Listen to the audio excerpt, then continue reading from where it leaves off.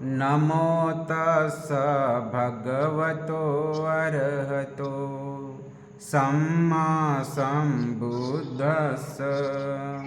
नमो तस्स भगवतो अरहतो सम्मा सम्बुद्धस्स।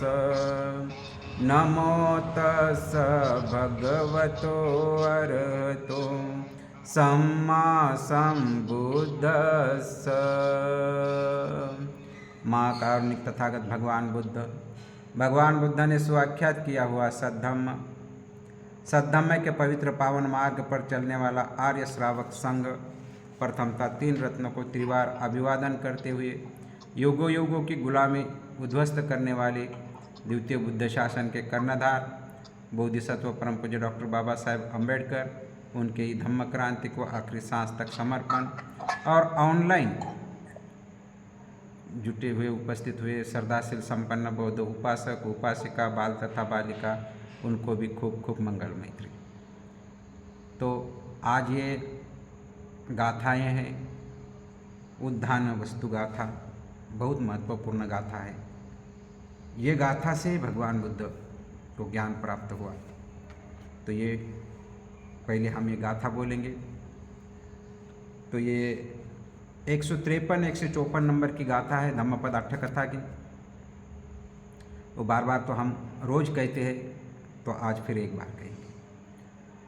अनेक जाति संसारं संदाविसं अनिबिसं गहकारकं गवे संतो दुःखा जाति पुनः पुनः।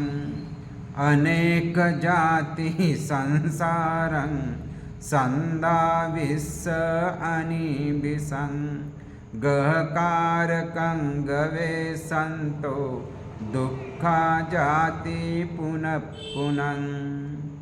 इस गाथा का अर्थ ऐसा है, इस काया रूपी, ये जो 3.5 हाथ की काया है, इस काया रूपी घर को बनाने वाले की खोज में मैं बिना रुके अनेक जन्मों तक भव संसरण करता रहा, किंतु बार बार दुख में जन्म ही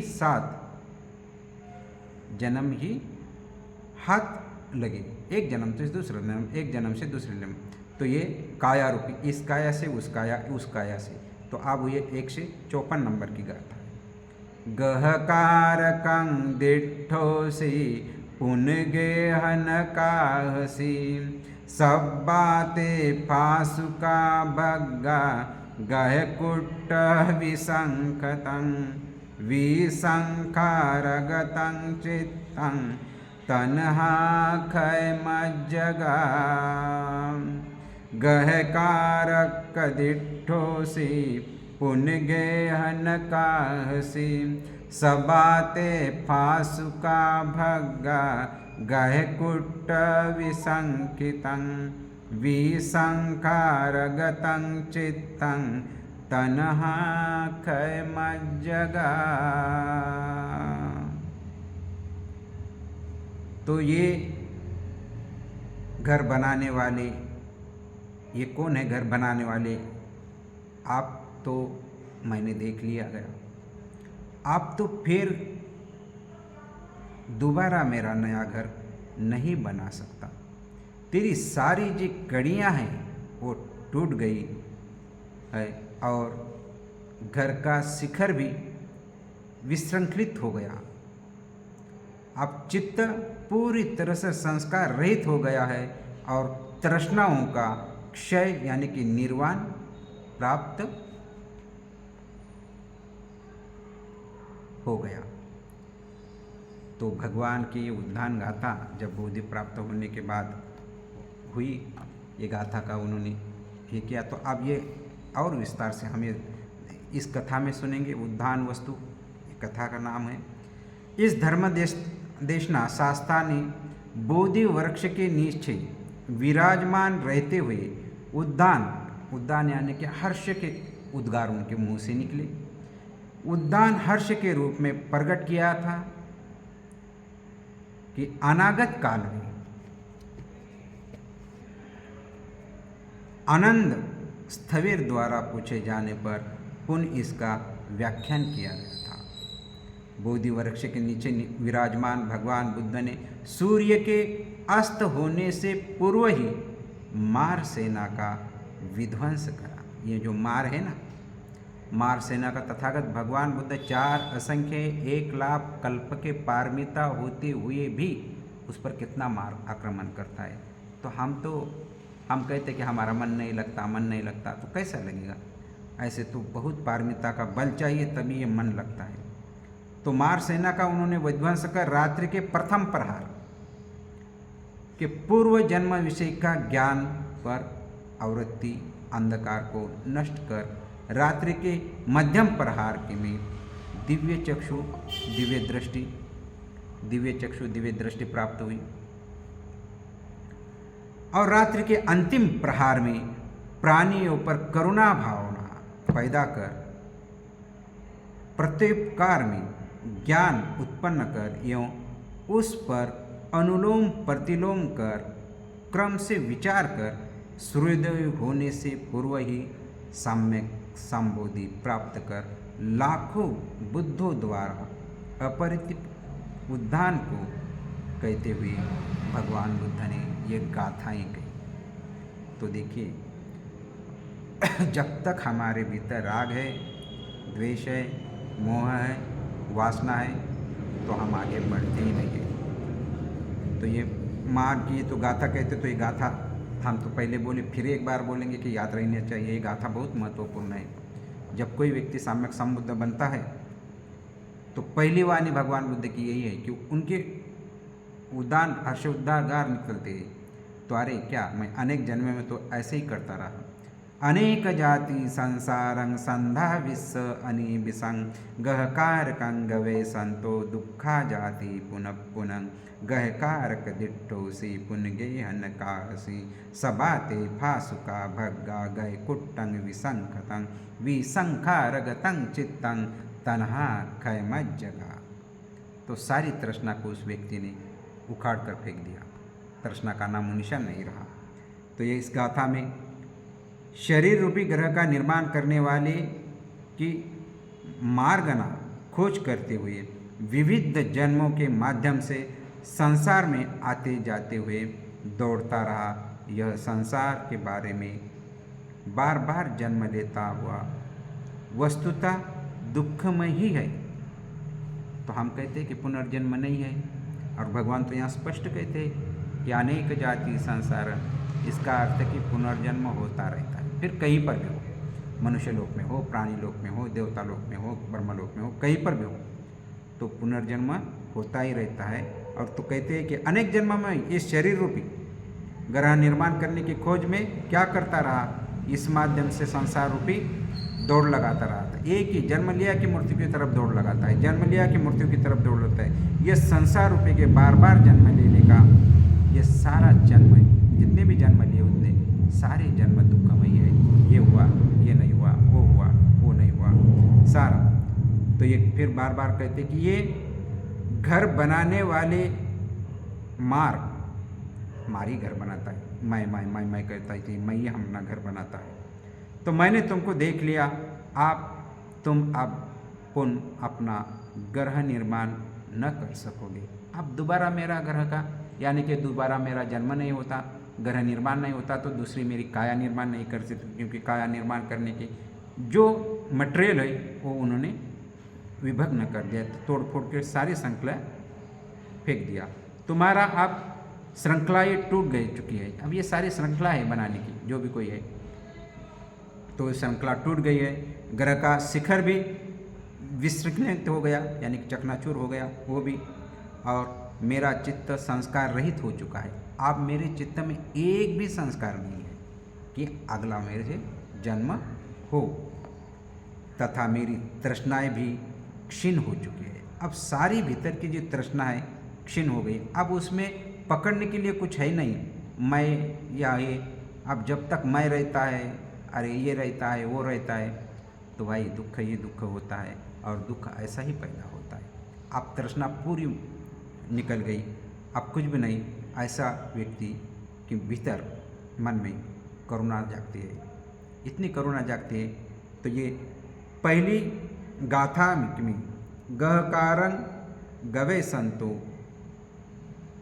मैं इस अपने कहे जाने वाले शरीर रूपी ग्रह के निर्माताओं को, जो कि तृष्णा का वर्धक है, जिस ज्ञान के माध्यम से देखा जा सकता है, उस बोधि ज्ञान के नीच शास्ता दीपंकर भगवान के चरणों में बैठकर संकल्प लिया हुआ था।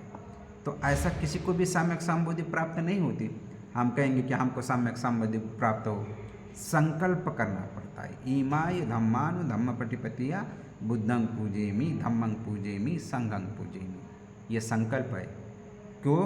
पहले जो बुद्ध थे, दीपंकर बुद्ध के चरणों में बैठकर उन्होंने संकल्प लिया हुआ था कि तथा इतने दीर्घ काल तक अनेक जाति, देखिए इतने दीर्घ काल तक तो कहते हैं अनेक जाति संसार, गिनती नहीं है, अनेक लाख जन्मों वाले इस संसार वर्त में उस ज्ञान को न प्राप्त करने के कारण इधर उधर भटकता रहा, अर्थात इस जन्म से उस जन्म से अनुविचरण करता रहा। अनुविचरण की एक सूक्ष्म अवस्था है कि अनुविचरण करते करते कोई व्यक्ति ने कहा अनुसरण, बुद्ध का अनुसरण करना। दुख जाति पुनः पुनः, इस वचन से द्वारा ग्रह प्रवेश का कारण है हेतु। आप कल या परसों के दिन अपन हेतु पच्चयो, अनुमान पच्चयो, अधिपति पच्चयो, ये गाथा पूरे ले लिए अभिधम्म पिटक की। तो क्या हेतु है? हेतु बताया गया है कि क्योंकि जरा व्याधि एवं मरण इन तीनों से मिश्रित होने के कारण इस जाति जन्म परंपरा, जाति यानी कि जन्म, जाति शब्द था यानी कि ये जात नहीं है, बुद्ध जाति का था, मुस्लिम जाति का, हिंदू जाति का, इससे उसका कोई लेना देना नहीं। जाति यानी कि जन्म परंपरा, जन्म को पुनः पुनः प्राप्त करना दुखदायी ही होता है। ज्ञान प्राप्त के बिना इसकी निवृत्ति होना असंभव है। जिस किसी व्यक्ति को ज्ञान की प्राप्ति होती है तब तक ये निवृत्ति नहीं होती, असंभव है। ज्ञान प्राप्त हुआ तो ये समझ में आता है। अंत इस ज्ञान को खोजते हुए मैं संसार में भटकता ही रहा। कितने जन्मों में भटकता रहा कि ये खोज करने के लिए अनेक जन्मों में 4 असंख्य 1 लाख कल्प की पारमिता तथागत भगवान बुद्ध ने प्राप्त की। तो हर जन्म में मेरा कोई ना कोई सत्कर्म हो, मुझे आगे बुद्ध बनना है। हर जन्म में ऐसा सत्कर्म हो, लोक कल्याण भी हो, मेरा भी कल्याण हो, अनु का भी कल्याण हो, और मुझे ये करना है। तो अनेक जन्म में दान किया, शरीर का दान किया, आर्थिक दान किया, और फिर ध्यान भी किया। तो अनेक जन्म में दूसरी गाथा में सर्वज्ञाता ज्ञान की प्राप्त कर अब मैंने तुझको देख लिया गया। अब जो ये संस्कार है, ये चित्त है और ये चित्तवर्ती है। एक चित्त नहीं, 52 चित्तवर्ती है, 52 चित्त है, 121 चित्तवर्ती है। तो ये चित्तवर्ती किसी न किसी चित्तवर्ती के साथ जागेगी। काम तृष्णा, भव तृष्णा, विभव तृष्णा, ये तो है 36 36 36, ऐसे 108 है। तो 108 है तो इसको ये हिंदू संप्रदाय के जो लोग हैं, हम कहते हैं कि भाई हिंदू संप्रदाय के लोग, अभी कहीं देखते हैं कि जो कोई एक बेल का पत्ता होता है उसको 3 पत्ते होते हैं और वो 1 से 8 प्रकार के वो किसी मंदिर में चढ़ाते हैं। तो उसका कारण यही है कि हमारे भीतर जो ये 36 है, काम तृष्णा, भव तृष्णा, विभव तृष्णा, तो ये हमको तो निकालने का, तो उनको मार्ग नहीं मिला, विपश्यना तो नहीं करते, शील पालन भी नहीं करते, मगर ये प्रथा अभी भी चलती है।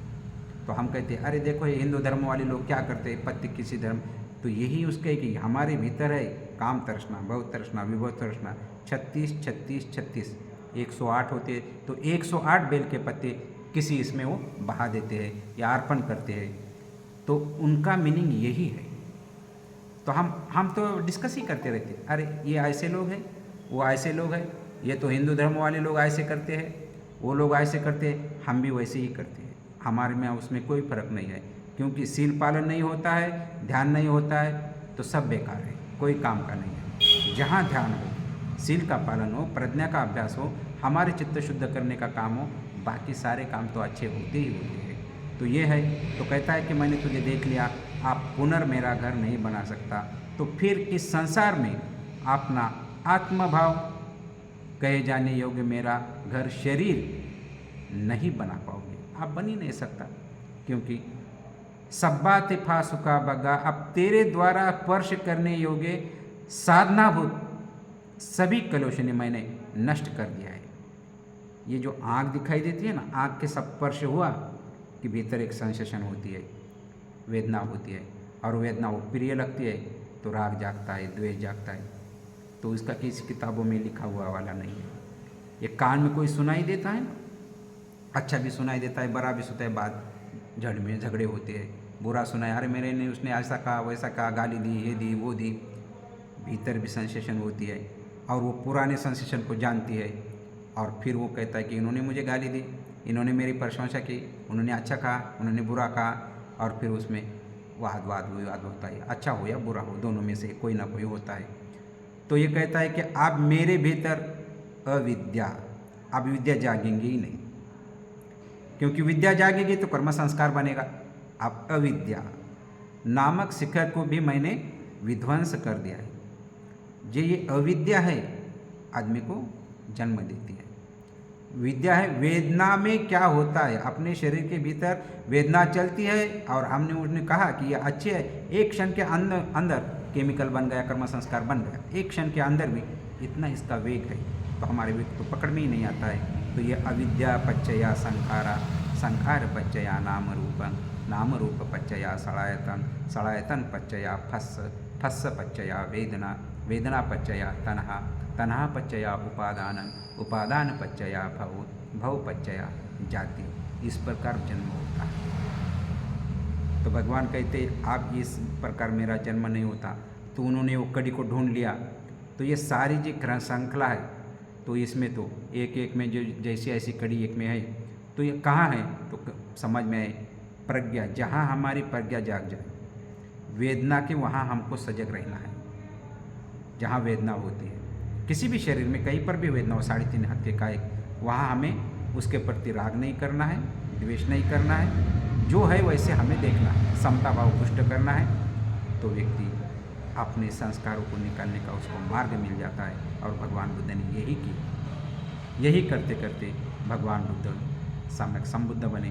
कहता है तन्हानन खय मैं तृष्णा को क्षय कर दिया, नामक अरहंत प्राप्त कर चुका हूँ। अब मैं अरहंत प्राप्त कर चुका हूँ। इसके पहले ही हुआ था अरहंत। तो फिर उन्होंने नहीं कहा कि मुझे अरहंत पद प्राप्त हुआ। तो सारी श्रृंखला को उन्होंने अध्ययन किया 7 सप्ताह, और बाद में उन्होंने घोषणा की। उसको तो पहले पूर्णिमा के दिन ही उनको बुद्ध प्राप्त हुआ। प्रथम प्रहार, दूसरा प्रहार, तीसरा प्रहार, चतुर्थ प्रहार में तो सारा हुआ। जब दिव्य चक्षु भी जाग गए, पुनर्जन्म की भी याददाश्त हो गई, सारी जाग गई। फिर भी उन्होंने 7 सप्ताह वहाँ सभी का अनुसंधान किया। तो ये हम पहले भी हम गाथा लेते हैं, पट्ठमं बोधि पल्लंकं द्वितीयं तृतीयं चतुर्थ पंचम छठम सप्तम। इस 7 सप्ताह की ये गाथा हमेशा लेनी ही चाहिए। तो 7 सप्ताह में उन्होंने कैसे काम किया है, तो वह हमारे भीतर गुणधर्म आ जाते हैं। तो फिर हमारे भीतर भी धीरे धीरे गुणधर्म बढ़ते हैं। तो गुणधर्म बढ़ेंगे तो दान करने का, शील पालन करने का ये मन में श्रद्धा जागेगी, बुद्ध के प्रति श्रद्धा जागेगी, और फिर हम इस जन्म मरण के चक्कर से बाहर निकलेंगे। तो कठिन काम करना है, बड़ा मेहनत करनी है, पुरुषार्थ करता है, एक जन्म का काम नहीं है। भगवान बुद्ध जैसा व्यक्ति कितने जन्मों में, उन्होंने अनेक जन्मों में पारमिता पूरी करती। जब पारमिता बढ़ेगी और पूरी हो जाएगी तो वो व्यक्ति कभी ना कभी आरंत हो सकता है। अभी भी कोई व्यक्ति आरंत हो सकता है। अगर किसी का संकल्प ऐसा हो और 10 पारमिता उसकी पूरी हो गई तो अभी भी आरंत हो सकता है। मगर सम्यक संबुद्ध जो होता है उसको 10 पारमिता, सहपारमिता, उपपारमिता, 30 प्रकार की पारमिता उनको पूरी करनी पड़ती है, तब जाके वो सम्यक संबुद्ध बनता है। एक भी पारमिता पूरी करनी हो तो अनेक जन्म को उनको जन्म लेना पड़ता है। कहते एक अविद्या के ऊपर एक हमारा जन्म है। पता नहीं हमारी अविद्या किससे, कौन सी राग से, काम तृष्णा है, भव तृष्णा है, विभव तृष्णा है। उसमें कितने पढ़े लिखे पढ़े हैं, बहुत पढ़ते हैं। क्या राग जागा का, द्वेष जागा का, मोह कैसा चित्त है, मोह मूलक है कि कैसा चित्त है, क्या है राग द्वेष मोह द्वेष कैसा है, हम नहीं जानते। तो हम अब वो पीछे तो नहीं जानते क्योंकि हमारी उतनी क्षमता नहीं है। अब हमें धर्म मिला है। बुद्ध का मार्ग पर चलना है, शील पालन करना है, दान करना है, समाधि का अभ्यास करना है, प्रज्ञा का अभ्यास करना है, खुद को चित्त को यानी कि अपने चित्त को निर्विचार बनाना है। तो ये चित्त को शुद्ध बनाना है, यही काम करना है। सभी लोग आप भी एक ना एक दिन, सभी लोग जो बुद्ध के मार्ग पर चलते हैं तो एक ना एक दिन तो अरहंत प्राप्त करना ही करना है। जब वो अवस्था आ जाएगी तो इस बात की ये जो श्रृंखला है तो इसको याद रखना है और अच्छी तरह से जितने भी आपने दिन रहे हैं, अभी 16-17 दिन रहे हैं, हो सके उतने निरंतरता बढ़ाए तो हमें और हमारा ज्ञान ज़्यादा बढ़ेगा। ज्ञान किताबों में नहीं है, ये किताब इसके लिए है सिर्फ बुद्धि के हमारा विकास होता है, अंतर्मन का विकास नहीं होता। अंतर्मन का अगर आपको विकास करना है तो वेदना का काम करना पड़ेगा। वेदना पच्चया तन्हा, वेदना, तो वेदना पर काम करोगे तो ही हमारी बुद्धि जागृत हो जाएगी। किताब पढ़ने से नहीं, इसका अर्थ मतलब ऐसा नहीं कि किताब नहीं पढ़ना चाहिए, वो भी आवश्यक है। श्रुतमय ज्ञान है, चिंतनमय ज्ञान वो जागता है, मगर भावनामय ज्ञान का हमें प्रैक्टिस तो करना ही करना है। आज के दिन इतना ही, और कोई इसके बारे में कोई किसी का प्रश्न हो तो पूछे, अगर किसी बात समझ में नहीं आई तो बताओ।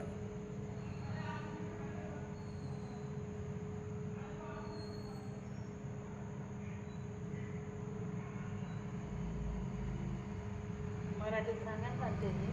अच्छा ठीक आहे, चालेल चालेल. तथागत भगवान बुद्धांचे हे आखरीचे सुरुवातीला जे हे उद्दान गाथा म्हणतात त्याला, हे उद्दान गाथा आहेत. तर भगवान बुद्ध ज्या बोधिवृक्षाच्या खाली बसलेत बोधगयाला, तर ज्यावेळेस त्यांना हे ज्ञान प्राप्त झाले तर त्यावेळेसचे हे गाथा आहे. अनेक जाती संसारं संधा विस्स आणि विस गैकार गवे संतो दुःखा जाती पुनः पुनः, गैकार गवे संतो दुःखा जाती पुनः पुनः, गैकार दिठ्ठोसी पुनगे हनकासी संबाती भासुका बग्गा गैकुट्ट विसंकितं विसंखा रगतं चित्तं तन्हा काय मज्ज गाती. भगवान बुद्धाने हे देशना, तथागत भगवान बुद्धाने हे शास्त्राने हे देशनात बोधी वृक्षाच्या खाली जिथं ध्यानाला बसलेले होते, आसनावर अधिष्ठान घेऊन बसलेले होते, तर त्यावेळेस त्यांच्या चित्तातून त्यांच्या मुखातून हे उद्गार निघाले. महत्त्वपूर्ण उद्गार आहे, हर्ष उद्गार ज्यांना म्हणतो. तर हे वचन त्यांच्या पहिली वाणी तथागत भगवान बुद्धाची. अनेक जाती संस्कार हे ते म्हणतात की मी अनेक जन्मामध्ये, एक जन्म दोन नाही, अनेक जन्मामध्ये मी जन्म घेत घेत मृत्यूकडे जातो, पुन्हा मरतो, पुन्हा जन्म घेतो, पुन्हा मरतो, पुन्हा जन्म घेतो. जन्म पुनरपि जन्मन पुनरपि मरणं पुनरपि जन्मन पुनरपि मरणं, हे सततच माझं चालू आहे 4 संख्ये 1,00,000 कल्पापर्यंत. तर पहिल्या परवारी बोधिवृक्षाच्या खाली बसलेले होते भगवान बुद्ध, आणि सूर्योदय अस्त होतो, कारण उद्या पौर्णिमा आहे, सूर्य अस्त होतो. तर पूर्व ही अस्त होण्याच्या अगोदरच हे जे मार आहे, माराला त्यांनी विध्वंस करणं म्हणजे हरवलं. तर माराला पण त्यांनी हरवलं. तर मार तर असा असतो की तो नाही का या जन्म मरणाच्या चक्रातून कोणालाही सोडत नाही, कोणालाही सोडत नाही. आणि जो व्यक्ती सोडला तो मार, मग त्याला नाही का माराचं अस्तित्व तिथं नाही आहे, मग तो एकदम पलीकडे गेला, हे 31 लोकाच्या पलीकडे गेला तो. तर ज्याचा की तिथं पुन्हा जन्म त्याचा होत नाही आहे, कारण त्याचं उदय नाही, वेय नाही, तर जन्मच नाही आहे त्याचा. तर हे तथागत भगवान बुद्धांना ज्यावेळेस ज्ञान प्राप्त केल्याच्यानंतर मार सेना जेवढी होती तेवढी मार सेनाला हरवून टाकलं. आणि हरवल्याच्यानंतर रात्रीचा प्रथम प्रहार, 4 प्रहार होतात, प्रथम प्रहारच्या वेळेस अनेक जन्मांच्या स्मृती जागृत झाल्या, अनेक जन्माच्या. तर हे अनेक जन्माच्या ज्या अगोदर त्यांना काय, त्यांनी 8 ध्यान, जे कोणी ध्यान करते ना भगवान बुद्ध, तर 8 ध्यानामध्ये पारंगत होते, तेव्हाही त्यांना अनेक बऱ्याच जन्मांच्या त्यांना स्मृती जागृत होतो. कोणी व्यक्ती साधारण जरी ध्यान केलं असलं ना, 1 जन्म 2 जन्म 10 जन्म 20 जन्म ही स्मृती जागते. जसे जसे ज्या व्यक्तीचे पुण्यपारमी आहे हे होते, ध्यान जास्त करतो, काही ना काही जन्मामध्ये कोणी ना कोणी सत्कर्म केलेलेच असतात. असं नाही की सत्कर्म केले म्हणूनच आपण बुद्धाच्या मार्गावर आलो, नाही तर आपण काही या मार्गावर येत होतो का. तर हे असतात. पण या ठिकाणी पोहोचल्याच्यानंतर, या सम्यक संबुद्धच्या या अनंतपदाला पोहोचल्याच्यानंतर गिनती नाही काय ते अनेक जाती संसार. तर एका क्षणाच्या आत भगवान बुद्ध अनेक कल्प किती काय झाले काय ते इतके जन्म बघा लाखो करोडो जन्माचं सर्व ज्ञान व्हायचं एका क्षणाच्या आत. पण ते बघतच गेले बघतच गेले बघतच गेले बघतच गेले इतके बघत गेले. 28 बुद्ध बघितले त्यांनी. 28 बुद्धांची त्यांनी घोषणा केली. तर मग तिथं मग त्यांनी स्टॉप केला. म्हणजे अजून जर मी बघत गेलो तर त्याच्यातही मग नाही का किती बघतील किती येतील सगळी हे असं नाही. मग 28 बुद्धाचे तिथं ते म्हणलं नाही आता बघायचं नाही. आता इथं आपल्याला स्टॉप करायचं आणि पुन्हा नंतर नाही का त्यांनी चित्ताला हे करून नाही का 28 बुद्धापर्यंत त्यांनी नाही का आपले पूर्वजन्म बघितले आणि पुन्हा नंतर तिथं स्टॉप करून लोकाच्या कल्याणासाठी काय आहे हे त्यांनी नाही का मार्ग शोधून काढला. तर पहिल्या प्रहारात अनेक जन्मांचे त्यांना नाही का ज्ञान झालं समृद्धी त्यांच्या जागृत झाल्या आणि त्याच रात्रीच्या अंतिम दुसऱ्या प्रहारामध्ये दिव्यचक्षु ज्ञान प्राप्त झालं. प्रथम प्रहारामध्ये अनेक जन्मामध्ये त्यांना ज्ञान प्राप्त झालं आणि अंधकार पूर्ण नष्ट झाला जे काय आहे ते. आणि रात्रीच्या मध्यम प्रहारामध्ये दिव्यचक्षु दिव्यदृष्टी असंच हे आहे की कोणता व्यक्ती कोण्या जन्मात काय होतं त्याची पूर्ण हिस्ट्री तो जाणू शकतो. आज आपण म्हणतो ना कुंडलिनी, ही कुंडलिनी जागते हे ते लोक काय हे याच्यातला सगळा भाग आहे तो. कोणी म्हणतात याची कुंडलिनी अशी आहे त्याची कुंडलिनी अशी आहे काय आहे. तर हे दिव्यचक्षु आहे त्यांना सर्वच कळते समोरचं वर्तमान काळ भूतकाळ भविष्यकाळ हे दिव्यचक्षु पण त्यांना प्राप्त झालं. आणि रात्रीच्या अंतिम प्रहारामध्ये प्राण्यावर करुणा भावना केली. सर्व प्राण्यावर करुणा भावना करून त्यानं ज्ञान प्राप्त करून अनुलोम प्रतिलोमाचा अध्याय केला. तर हे अनुलोम प्रतिलोम कसं काय होते अनापानसतीचा अभ्यास करत करतच आपल्या शरीरामध्ये जे उदयव्यय होतो दिसते आपल्याला शरीर अशा प्रकारचं की हे डोळे आहे हे कान आहे हे नाक आहे जीभ आहे त्वचा आहे शरीर आहे मन आहे. वास्तविक पाहता आपण याचे तुकडे करत बघितलं तर हे काय नाही केवळ तरंग आहे. या तरंगाला बघितलं हे ज्यावेळेस कोणतीही गोष्ट अशी संघटित होते तर एक रूप बनते तर त्याच्याप्रती माणसाला आसक्ती निर्माण होते. आसक्ती निर्माण झाली की राग जागतो द्वेष जागतो पुन्हा नंतर त्याचा जन्म होतो. आणि सूर्योदय होण्याच्या पूर्वेत बोधीप्राप्त सूर्योदय आता उद्या पौर्णिमा असते ते पौर्णिमा आणि सूर्योदय होण्याच्या पूर्व तथागत भगवान बुद्धांना सारी सम्यक संबोधी प्राप्त झाली. तर लाखो बुद्ध एक नाही दोन नाही काय इथं म्हणतात लाखो बुद्धद्वारा अपरितिक्त उद्यान. प्रत्येक बुद्धाचे एकच उद्यान असतात. सभ्य बुद्धा समसमा सर्व बुद्ध नाही का समान असतात. एकच उपदेश असतो काय शील आहे समाधी आहे प्रज्ञा आहे शील आहे समाधी आहे प्रज्ञा आहे यांच्या व्यतिरिक्त दुसरा कोणताही उपदेश कोणीही देत नाही. आणि जर एखादा भिक्षू ते बाबासाहेबसुद्धा सांगता येत नाही. बाबासाहेबांना सांगितलं की आचरण करा. त्यांनी 22 शील सांगितलेले आहेत तर 22 शीलामध्ये 5 शील सांगितलेले आहेत. 5 शीलावर बोला 22 शीलावर बोला. आपले लोक सांगतात अरे बाबासाहेबांना का असं केलं बघा त्यांनी हे सत्याग्रह केला ते सत्याग्रह केला असं केला. ते वादविवादामध्येच राहतात आणि शील पालन करणं सोडून देतात. समाधीचा अभ्यास करणं सोडून देतात. प्रज्ञेचा अभ्यास करणं सोडून देतात. मग बाबासाहेबांना असं केली मग जयंती करायची नाचायचं हे करायचं किती पैसा पुन्हा पाण्यामध्ये जातो दारूमध्ये जातो डीजीमध्ये जातो. सर्व नाही का दुष्कर्मही दुष्कर्म बनतात. फक्त मेन सांगायचं शील आहे समाधी आहे प्रज्ञा आहे याच्या व्यतिरिक्त कोणताही सम्यक संबुद्ध उपदेश करत नाही. आपल्या चित्ताला निर्मळ करण्यासाठी जे गोष्टी लागतात तोच सांगतो. बाकी सगळ्या निरर्थक गोष्टी आहेत. तर हे याच्यामध्ये आहे. तर जे व्यक्ती यांना ज्ञान प्राप्त झाले सूर्योदय होण्याच्या पूर्व सम्यक संबोधी झाल्याच्या नंतर ही गाथा म्हणलेली आहे. अनेक जाती संसार संधा विस्सा आणि विसगायकार गवे संतो दुःखा जाती पुनः पुनः. माणूस प्रत्येक जन्मामध्ये नाही का एकच काम करत असतो. जन्म जन्म झाल्याच्या नंतर थोडा मोठा झाला मायबाप लग्न करतात.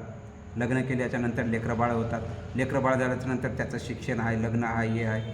पुन्हा मग जर असं वय झालं हे झालं की आपल्या नाताचं लग्न बघणं हे बघणं आणि मरणं. याच्या व्यतिरिक्त बनलं 1-2 फ्लॅट घेईल ना 10-15-20 एकर जमीन घेईल काय करलं याच्या व्यतिरिक्त काय आहे. प्रत्येक जन्मामध्ये हेच होत राहते. तर भगवान बुद्धाने याच्या पलीकडे काढले की ही आसक्तीचं पूर्ण जीवन आहे. याच्या विरुद्ध चाललं की त्यांनी तृष्णा आहे त्या तृष्णाला शोधून काढलं की कशाही पद्धतीची आसक्ती नसायला पाहिजे.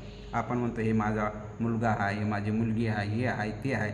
ज्यावेळेस आपल्याला दुःख होते ज्यावेळेस आपण आजारी पडतो ज्यावेळेस आपण वेदनावर काम करतो तिथं कोणता मुलगा काम करत नाही, मुलगा काम करत नाही, बायको काम करत नाही किंवा आपला नवरा काम करत नाही, काहीच काम करत नाही. ते दुःखाच्या वेदना जो व्यक्ती आजारी आहे त्यालाच सोसावे लागतात. कारण त्याला नाही का जे काय आपण करतो आणि प्रत्येक जीवनामध्ये तर आपल्याकडून तर कुशल तर होते. असं नाही आहे की सगळं कुशलच होईल. कुशलही होते, अकुशलही होते, काही ना काही घटना घडतात. पण दान कर्म आपल्याला दुर्गतीला जाऊ देत नाही. दान हे सुगतीकडे घेऊन जाते. त्याच्यासाठी आपल्याला दानही करावं लागते. तथागत भगवान बुद्धांना 4 असंख्य 1,00,000 कल्पामध्ये किती दान केलं. शरीराचं दान केलं, डोळे कुणाला नाही तर डोळे दान देणं, काही जे काय लागते कोणाला ते शरीराचे दान केले, हे केले. बरेच एक तर हे होती वाघीण होती, ती गाती आहे आपल्यामध्ये गाथा. तर ती प्राणी होते, लगेच तिनं पिल्ल्याला जन्म दिलेला होता आणि ते तर भगवान बुद्धांना स्वतःच्या मांडीचं मांस कापू कापू तिला टाकलं. ती पण खायला गेली ती, कारण तिला प्रत्येक प्राणी असतात माहीत आहे की हे बोधिसत्व आहे. तर ते म्हणते तू जर माझं मांस नाही खाल्लं तर तुझ्या मुलाला मी नाही का पुन्हा नंतर नाही का धम्म देणार नाही आहे, तर तू मांस खाय म्हणते. आणि ते 5 पिढी असतात, ते 5 जणं असतात पहिले ज्या सारनाथमध्ये असतात ते. तर हे प्रत्येक जन्माचे हे जे पारमी असते, तर हे काही ना काही पारमी माणसाला करावंच लागते. तर हे आणि आपण तर अधिक पुण्यवान आहोत, इतके पुण्यवान आहोत की द्वितीय बुद्ध शासनामध्ये आपला जन्म झाला. आणि द्वितीय बुद्ध शासनामध्ये जन्म आहे तर अजून आपण पुण्यवान. बाबासाहेबांमुळे पुण्यवान आहेत आणि गोयंका गुरुजीमुळे पुण्यवान आहेत. बाबासाहेबांना बी तिथून धम्मा आणला, आपल्याला धम्मा दिला 14 ऑक्टोबर 1956ला. पण विपश्यना देऊ शकले नाही. त्यांनी सर्व आराखडा बनवलेला होता, पण ते समजण्यासारखा त्यांच्या लेवलचा कोणी व्यक्ती नव्हता. त्यानंतर गोयंका गुरुजीने काम पूर्ण केलं. तर इथंच नाही तर साऱ्या देशामध्ये विपश्यना प्रज्ञेचं काम सुरू झालं. तर हे नाही का आता द्वितीय बुद्ध शासन सुरू झालं. 500 वर्षे राहणार. 500 वर्षातले 75 ते 76 वर्षे गेली. आता तिथून किती लोक टिकायचे, जेवढे लोक शीलवान राहतील तेवढा धर्म हा 500च्या 1000 वर्षावर जाईल, 2000 वर्षावर जाईल, 4000 वर्षावर जाईल. वाढ याची दुप्पट नव्हती. आणि जेवढे लोक नाही का अरे तथागत भगवान बुद्धाचा धम्म आहे, आम्हाला बाबासाहेबांना दिला आणि आचरण कोणी करत नाही, तर हे रिवर्समध्ये आता सध्या रिवर्स चालू आहे. बघा आपलं आयुष्य 100 वर्षाचं होतं, 1 वर्ष कमी होत नाही का 75 वर्षावर आलं. कोणी तर 60-65लाच चाललं. तर कोणी व्यक्ती इथपर्यंत जाईना झालं. कोणी व्यक्ती नाही का शिलाला तितकं महत्त्व देत नाही, समाधीला महत्त्व देत नाही, प्रज्ञेला महत्त्व देत नाही. तर आपोआप आपली 1 वर्ष 100 वर्ष झाली की 1 वर्ष कमी होते, 100 वर्ष झाली की 1 वर्ष कमी होते. 2500 वर्षामध्ये आपले 25 वर्ष कमी झाले. आता इथून जर आपल्याला धम्म कळायला चांगला, सगळ्यांना जर शिलाला महत्त्व दिलं तर हे धम्म नाही का आता 75 झाले तर 150 वर्ष होईल, 150 झालं तर 300 होईल, 300 झालं तर 600 होईल, 600 झाले तर असं करत ज्या वेळेस 80,000 वर्षाची लाईफ होईल त्यावेळेस आताचे जे बाबासाहेब या जिथं आहेत तावंतिसा देवता लोकात, तेच पुन्हा 57,000 करोड वर्षाच्या नंतर इथं जन्म घेतील आणि ते बोधिसत्व आहे तर साम्यक संबोधी प्राप्त करतील आणि नंतर मग नाही का दुसरं आर्य मैत्री बुद्धाचं शासन चालू. पण याला वेळ लागतो पुष्कळ. तर हे काय प्रत्येक जन्मामध्ये कुठं ना कुठं माणसाला जन्म होतो, मृत्यू होतो. आपण जर शील समाधीचा अभ्यास केला तरी पण आपला जन्म होतो, पण चांगल्या ठिकाणी होतो जिथं की आपल्याला कोणत्या गोष्टीची कमी नाही राहत आणि धम्माच्या संपर्कामध्ये सतत राहतो. तर हे अनेक जन्माचे जे हे आहेत हे तथागत भगवान बुद्धाचं पहिलं वचन आहे हे की मी प्रत्येक जन्मामध्ये नाही का जन्म घेतला की मरायचं, जन्म घेतला की मरायचं. तर आता ही शृंखला त्यांनी तोडली, प्रज्ञा त्यांनी जागवली, वेदनावर काम केलं आणि नाही का सम्यक संबुद्ध अनंत झाले. तर अशी ही घटना आहे. अजून काही कोणाला काही नाही समजली अशी आहे काही